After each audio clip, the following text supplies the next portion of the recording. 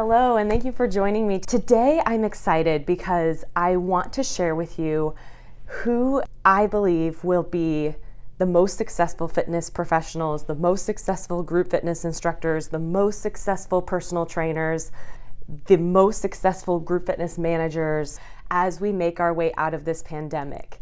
If you are new to this channel and you find today's content to be valuable to you as either a group fitness or a professional personal trainer, I highly recommend subscribing to this channel so that you can receive more notifications and when new content is created and posted. So today, again, we are talking about what instructors and trainers are going to need to do in order to be successful after we are able to leave our homes and actually see our clients and our members and our participants in person in real life.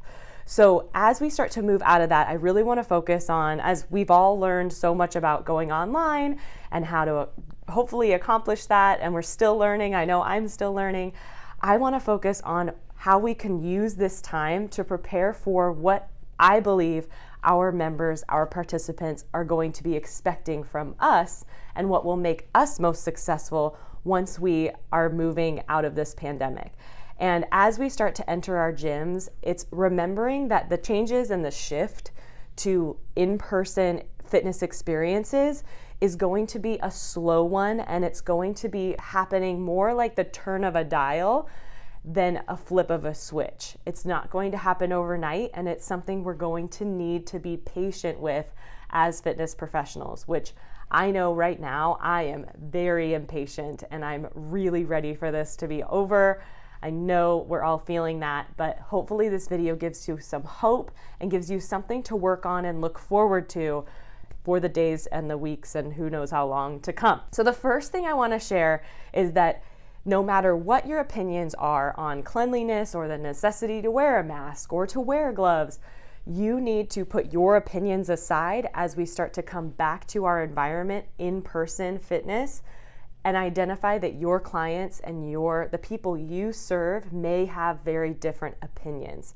So what I would say first and foremost is when it comes to returning back to your facilities, it's keep in mind different members and different participants are going to have different opinions. So I know our club is preparing, I'm sure your club is as well, but be curious as to what your club is doing and what will be expected of you as a fitness professional within their walls as you start to return. What I will recommend is, as a trainer, really showing that you are taking this seriously and that you are there for your client and you are happy to meet them where they're at as far as how much they feel comfortable with coming into the club.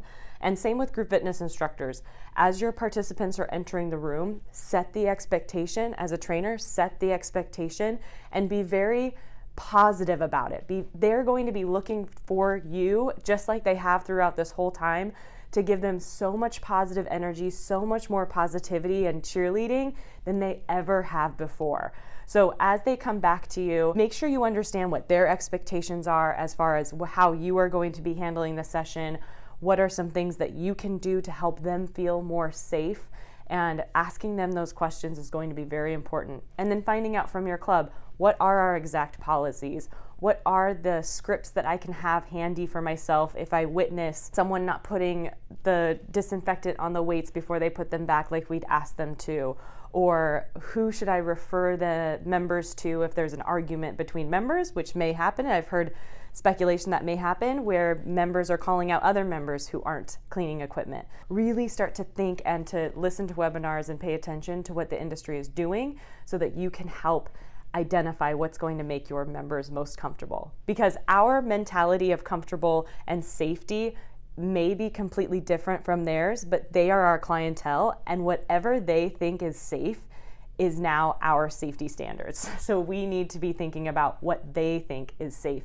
Taking away your own opinions and thinking that way. And again, bringing in that energy and that excitement and that positivity. The next thing I want to focus on, besides understanding what your participants are looking forward to, understanding what they are going to need out of you during this returning phase, the hardest workouts, the hardest instructors, the yelling, screaming, performance instructors who put on this big elaborate show but make no connection with their participants will not be successful. So it's shifting the mindset as an instructor of, I need to be the most creative. I need to use every single piece of equipment and toy. I need to be this miraculous performer who's the best dancer, the best mover in the room, so that they all watch me because it's all about me.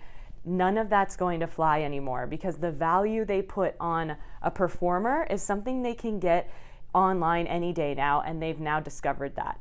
How can you make the in-person experience have no price because it's so valuable to them? It's priceless. So the way you're going to want to do that is, as a personal trainer and a group fitness instructor, how clear is your communication? Not just in what the expectation of the class is that day, but what are the expectations of the participants? How are you slowing down what you're explaining so that everyone can really follow along and feel successful? It's making sure that whatever you're saying, and you're really clear on exactly what you want to say and how you want to say it to your participants. That's going to make the experience so much better. So clear communication, the determination of an instructor and a personal trainer to create community. And I don't mean just, hey, wave at your neighbor like you would in church. We can't shake hands anymore. Well, for a while, hopefully we get to do that again. But at this point in time, it's beyond that. So it's not just wave at your neighbor. It's not just work hard because you're motivating the person next to you. It's actually, when they return, asking them how they're doing. Asking maybe, how many of you guys are so excited to be here today? Like a raise of hands, or asking the person next to you. We can still talk to each other even though we're not able to get close to each other, hug each other, touch each other. We can ask each other questions. So get them talking to each other, get them meeting each other, and create and build community, because that in-person community has no price. It's priceless. It's so important. And so please do your best to build that community however you can. And you should show that you've really gotten to know these people, and you know their names, you know their kids' names. And if you don't right now, take the time now while we're virtual and ask them those questions so you can continue that growth of community as we come back into the gym. Then the other thing is, make sure their participants feel successful, giving several options for exercises, cheering them on in a constructive way. So we're not just saying good job, we're actually giving them feedback on exactly what they're doing well, becoming a really great productive cheerleader, not just yelling and screaming and giving positivity, but being very productive. With group fitness, how I would explain this is showing the front row, because your front row will show up no matter what. Then speak to the middle row, use your communication skills to reach that middle row. And then the back row needs all your love and your feeling of heart and soul that you're going to be giving that back row to. And that's totally a concept brought by Lawrence Vincentini. I have to shout him out because he's an amazing instructor himself, and he shares great cueing feedback and ways that you can take care of your class on this journey. So think of your class that way. Your participants and your personal training clients are not going to be in the same shape as we all started this pandemic in. So taking care of them, meeting them where they're at, and even if they don't know where they're at, they're going to think for themselves, I can just show up and do the exact same thing I was doing 3 months ago.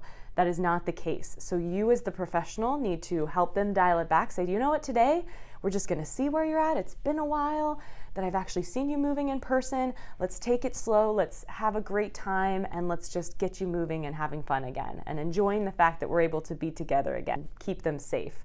Last thing we need is that all these people rush back in and then they get injured, and then we have a hospital full of injuries, which we don't want to be responsible for in the fitness industry.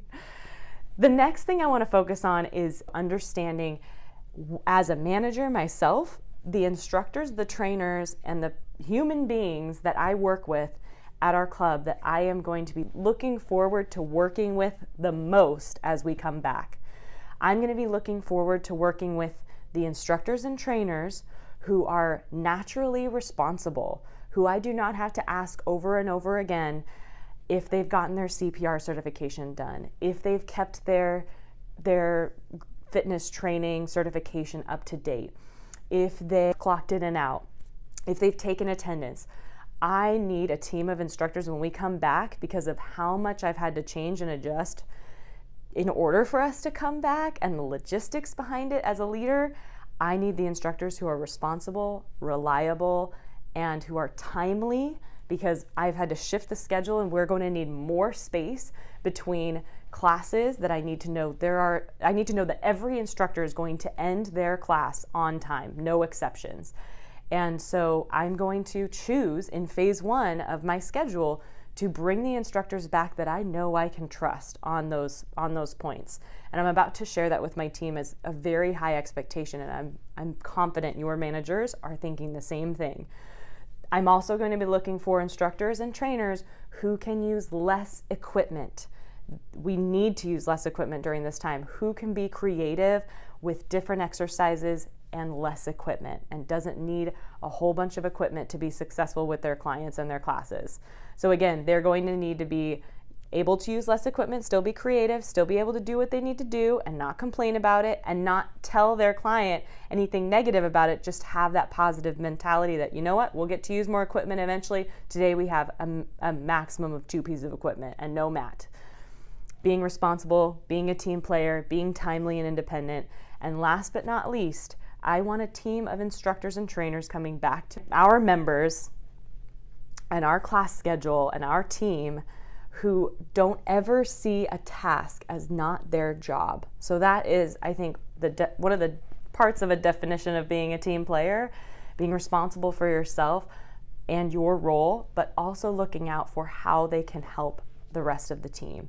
So never saying, that's not my job, I'm not someone who should sanitize equipment, I'm not someone who should do this or should do that. Someone who is excited to be back and motivated to rise to the occasion, because that's really what we've had to do in this time that we haven't been physically together, and now it's something we're going to have to think ahead to be better and perform better as we return. Thank you so much for watching, and again, if you enjoyed what I think is going to help us all return successfully, then please do ding that notification bell and subscribe to this channel, and I'm looking forward to seeing you again soon.